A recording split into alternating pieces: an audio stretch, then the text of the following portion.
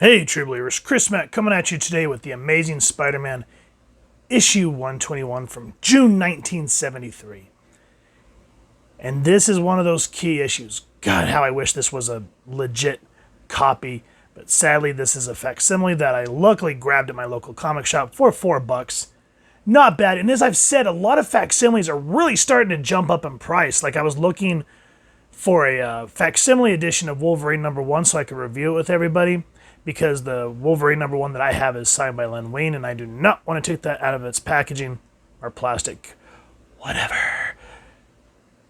And so anyway, about to go off on a tangent. Looking on eBay, just for a facsimile edition of Wolverine #1, for example, 40, $50 already. I think that's what I saw.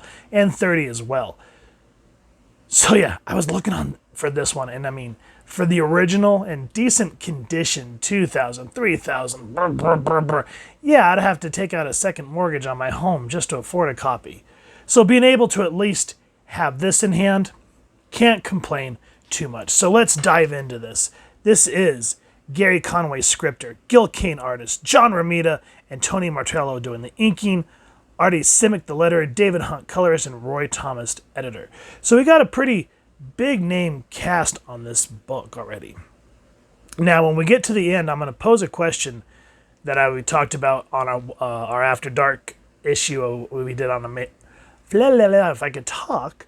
We revisited Amazing Spider-Man number 55, and I posed a question about this particular issue. So when we get to the end, spoilers if you guys have not read this, even though this is, decades old, but just wanted to throw that out there, and we'll talk about it as we get closer to the end of the book. As we open up, Harry Osborn's going through withdrawals. Apparently during this time period, he was really into drugs, which at this time I can kind of see it. I mean, Denny O'Neil and Neil Adams kind of did a quote-unquote afternoon special where Bucky got in, I think it was heroin or something like that.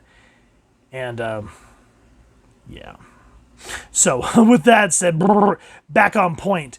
Everyone's worried about him. Gwen, MJ, and Peter even goes, terrific. While I'm off battling the Hulk in Montreal, my roommate drops acid and cracks up. No wonder Gwen wanted me home.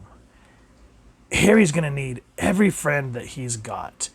Now, one thing I do want to point out at this point, a couple of issues back, Norman Osborn received amnesia.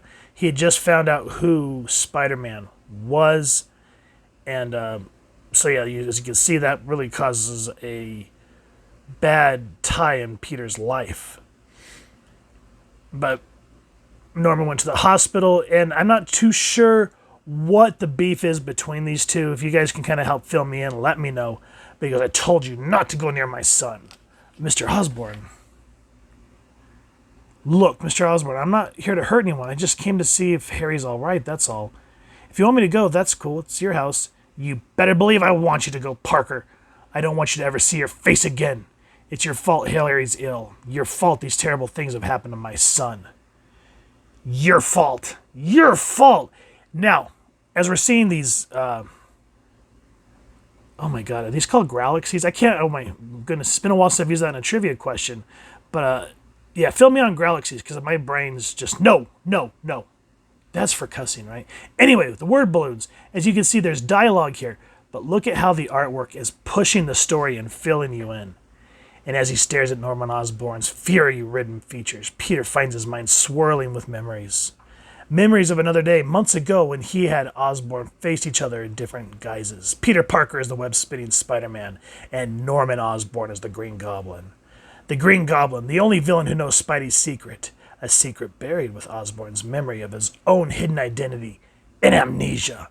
And just look at that. You kind of get this sort of just collage of images to give you an idea if you've not read. And this is what I'm talking about when any comic book should be your first, so you can at least be relatively filled in and want to continue reading the new issues and go back and read the back issues. Now, Norman is under a massive amount of pressure, and this is kind of where I think the Tobey Maguire Spider-Man, the first film from Sam Raimi, this is where they kind of got this idea of Norman really fighting with his inner demons because he's hemorrhaging money, and he doesn't want to lose Oscorp.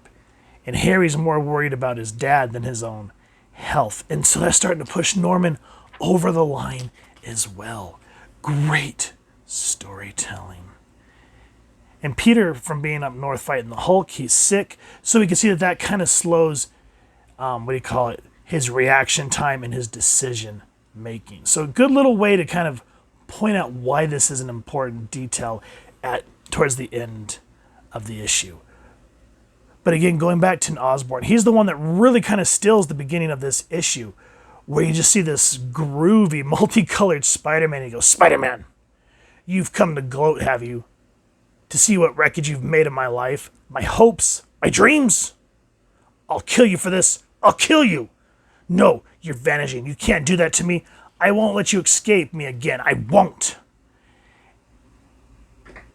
And when all at once the delicate tissues of Norman Osborn's memory collapse, and a flood of images, past and present, rush through his pressured brain, reminding him, tormenting him, until he can't stand it no longer, and he flees into the night. And without spoiling too much, the Green Goblin returns. And because of what he's done to me, to my son, Spider-Man, that cursed Peter Parker must die. Die! Now just kind of listen to the dialogue. But for our web-slinging hero, still several blocks from his Upper East side pad, that's one dramatic revelation momentarily delayed as, I almost lost my balance that time in my head. Being a dashing costume crime fighter is not all it's cracked up to be. Especially when it comes time off for medical benefits. It feels like it's about to burst. And I can hardly keep this blasted wall in focus, never mind figuring out which window is mine. And then, one dialogue bubble, and the panel reads it all. Oh my Lord. He knows what he has to do. He lets his spider senses lead him to where Norman is. And just listen to this. He goes, "My cold's getting to me. I've got to take Norman out. Fast. Brash fool. Your end is near. Why be so blind as not to see it? Now I've got to move. I may not get another chance. And for Gwendy's sake, I've got to make this count. Spider strength. If ever I needed you, I need you now. I've got to put everything into this punch. Don't bum out of me. I don't have enough energy for another try. You understand, spider strength? Control everything I have." And when Peter thinks that he's vanquished Norman for a moment, he goes for Gwen. "You cursed interloper, you'll never take that girl anywhere. She's doomed, do you hear me? Doomed, and so are you." Now, spoilers here. He's like, "Gwen, no! I've got to catch her, stop her fall before she hits that water. I've got to. I did it." Snap. Now, this is why this story is aptly called The Night Gwen Stacy Died. I don't want to give too much away into the paneling of the heartbreaking, but he goes, "No, I saved you, honey. Don't you see? I saved you." And this is where we get this famous panel where he goes, "I'm going to get you, Goblin. I'm going to destroy you slowly. And when you start begging for me to end it, I'm going to remind you of one thing. You're the creep who's going to pay. You killed the woman I love. And for that, you're going to die." At last, we can tell you the title to our tale, though it's one title we hope we never see. We call it The Night Gwen Stacy Died. And you can be sure the story doesn't end here. This is why these older books, you can feel how the artists, both writing, inkers, colors, penciler, trying their damnedest to be the best book so they didn't get canceled. And it paid off. That's why a lot of times modern books, I get mad that sometimes it feels like they rely too much on digital or 3D models. This is just pure freaking talent, guys. I mean, look at this. You have to study anatomy to know how the body bends correctly. And that's why they say if you want to work at Marvel, back in the day, they'd say you need to draw the Marvel way. And you could just see the influences of Buscema, of Ditko, of Kirby, just all the people that worked together. You can see how everyone worked off each other to just make such a beautiful product. And why a lot of these older books stand the test of time while a lot of these modern books just kind of end up by the wayside because there's just not a lot of depth to them. And that's why this particular issue, I could see why an original copy can go for $2,000-3,000+. Yes, the shock value of Gwen Stacy dying, which for the most part I'm thankful that she stayed dead because it would just really cheapen her memory if she came back.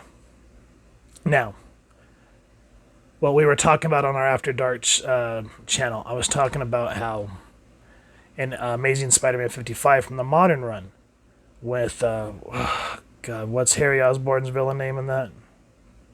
I can't remember off the top of my head. But you think he kills MJ battling against his father. And I tell you what, if they would have went through with it, that would have been an issue to hold on to. But next issue, she's like, oh, I'm an actress, I'm faking it, it's flashbangs. And then we go a couple of issues later into the Zeb Wells, where they kind of make this throwaway issue that's supposed to tie into this bigger event where this Beyonder type character comes and wants to judge all of the human race by their deeds or whatever. And the one that follows Peter appears in the form of Gwen Stacy. And when you open that panel, you're just like, oh, what the hell's going on here? And you're kind of hoping that Gwen will come back because, in a sense, I feel that the Peter-MJ relationship, they've been broken up too many times since One More Day. It needs to dissolve. Bringing MJ or Gwen Stacy back would be one hell of a way to do it. I'm thinking either Gwen or Felicity. That's my take. And I hate that issue was also sullied. I mean, you get this beautiful moment at the end where the Beyonder says, I will give you something, Peter Parker, for the heart that you have, essentially. And he lets him talk to Gwen one more time. And that's great and all, but it just felt so thrown away in a wasted opportunity. So that's kind of what I wanted to pose here is, what do you guys think? What do you think would kind of help kickstart the Spider-Man series back into motion? Because I've been hearing a lot, and I've seen a lot of the new Spider-Man books, and I'm just like, no, I'm noping out. But this one, never. If you guys have enjoyed what you've seen, please first and foremost support your local comic shop or wherever it is you like to get comic books and action figures. And if you have the deep enough pockets, get yourself an original copy while you can. If not, ask if they have any of these facsimile editions to at least have this to fill a hole while you guys try to save up for an original copy. And if you've enjoyed this review, we really would appreciate if you take a moment to hit like, share, and subscribe. Helps the club channel more than you could possibly know. And if you wouldn't mind hitting that fancy little goblin bell next to subscribe, that way as we continue to upload content, you guys will get notified. Come to the channel, and we love talking with you all and hearing your thoughts and feedback down in the comments below or our social media pages, which I'll make sure to leave the links down in the description. So with all that said, thank you so much for stopping by. Hope you all continue to have an absolutely amazing day reading, and happy hunting, true believers.